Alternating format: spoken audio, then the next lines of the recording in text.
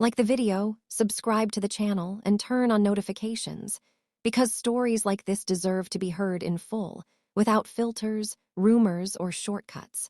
What you're about to hear isn't tabloid gossip or manufactured drama. It's a deeply human story about longing, restraint, power, and the quiet moments that change a person forever. Raquel Welch was 82 years old when she finally allowed herself to say the words she had protected for decades. Not because she feared scandal, but because some truths mature with time. For most of her life, the world believed it knew her completely: the body, the confidence, the fearless screen presence.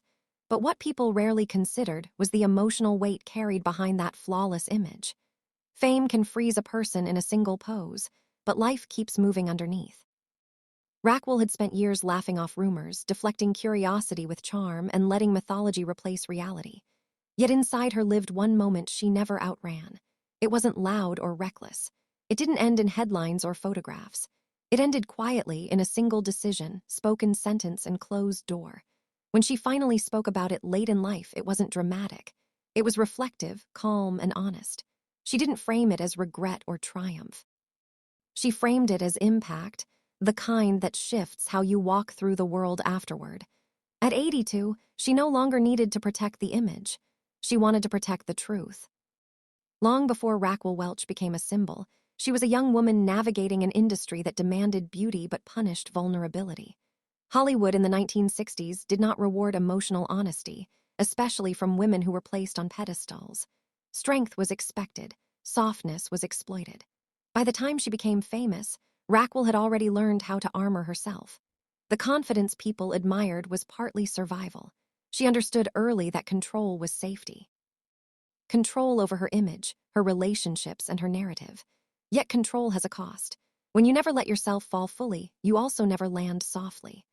Raquel married young, became a mother early, and carried responsibility long before fame arrived. By the time success exploded around her, she was already tired in ways few people noticed. She learned how to smile through exhaustion, how to be desirable without being reachable, and how to remain admired without being known. That balance worked until it didn't, because even the most guarded hearts have one moment where the walls thin. And when that moment comes, it doesn't announce itself. It arrives quietly, disguised as chemistry, curiosity, or conversation. As her fame grew, so did the attention.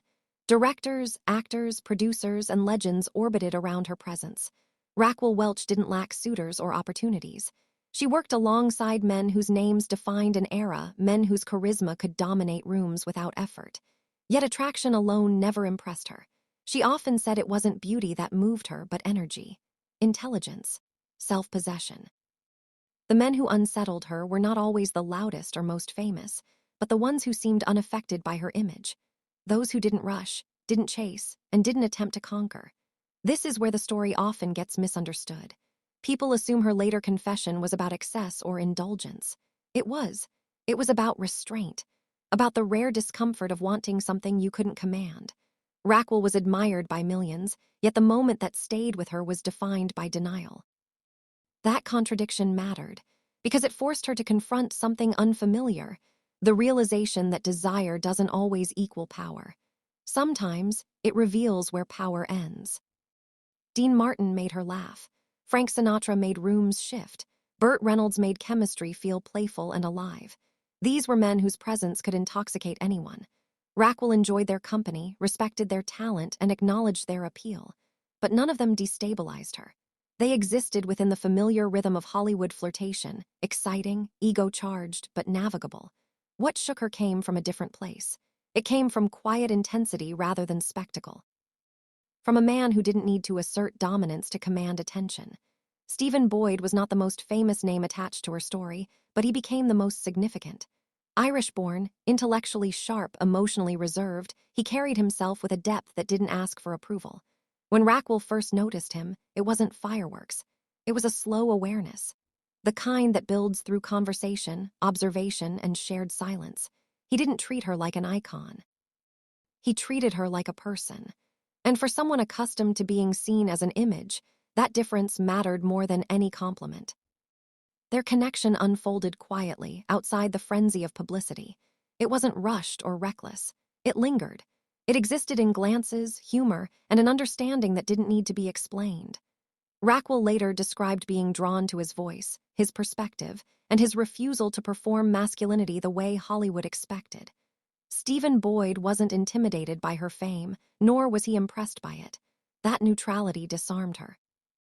When you live in a world where everyone wants something from you, indifference can feel intimate. Over time, the tension between them grew not because of pursuit, but because of restraint. They both felt it. They both avoided numbing it. Until one night, Raquel made a choice she rarely made. She invited him closer, not out of impulse, but courage. For someone who had spent her life being approached, this reversal mattered. She wasn't responding anymore. She was initiating. And in doing so, she stepped into emotional risk, something she had carefully avoided for years. What happened next was not what she expected. Stephen Boyd didn't step forward. He stepped back, not with cruelty, not with embarrassment, but with clarity. He spoke a line that stayed with her for the rest of her life, poetic, unsettling, and final. He explained that the imbalance of their world would never allow something real to exist between them, that actors and actresses occupy different emotional spaces, shaped by ego, expectation, and perception. His refusal wasn't rejection in the traditional sense. It was protection, of her, of himself, and of a boundary he refused to cross. For Raquel, this moment was seismic. She had prepared herself for many outcomes, desire, passion, complication. She had not prepared herself for restraint, especially from the one man she wanted most. The shock wasn't about ego. It was about exposure. For the first time, she stood vulnerable without control, and that vulnerability changed her. When Raquel later said, "I couldn't walk after it," she wasn't describing physical weakness. She was describing emotional displacement, that feeling when the ground beneath your self-image shifts. When you realize you are not as invincible as you believed. Stephen Boyd's refusal forced her to confront a truth she hadn't faced before, that being desired isn't the same as being known. And being powerful doesn't mean being protected from hurt. That night followed her quietly, not as bitterness but as awareness. She didn't resent him. She respected him. And that respect made the impact deeper. It's easier to dismiss rejection when it's careless. It's harder when it's thoughtful. For someone whose life revolved around attention, being denied with intention left a mark that applause never erased. Stephen Boyd died young, long before Raquel could revisit the moment with the wisdom age would later bring. His death froze their story and possibility. There was no resolution, no confrontation, no alternate ending, just an unfinished chapter. And unfinished chapters often echo the loudest.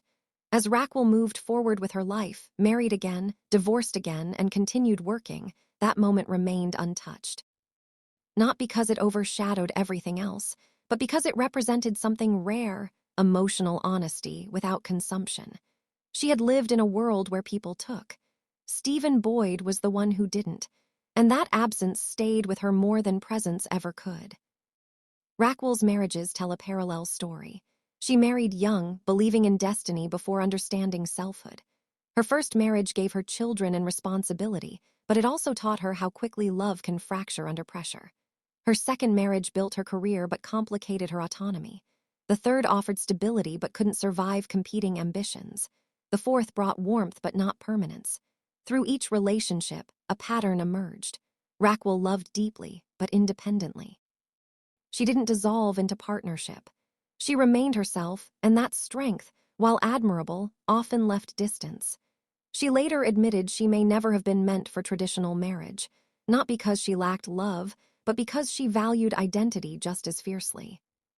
By her 80s, Raquel Welch no longer performed confidence. She embodied honesty.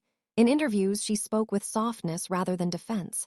She laughed at her past, acknowledged her mistakes, and accepted her contradictions. She no longer needed to correct the narrative. She simply told it.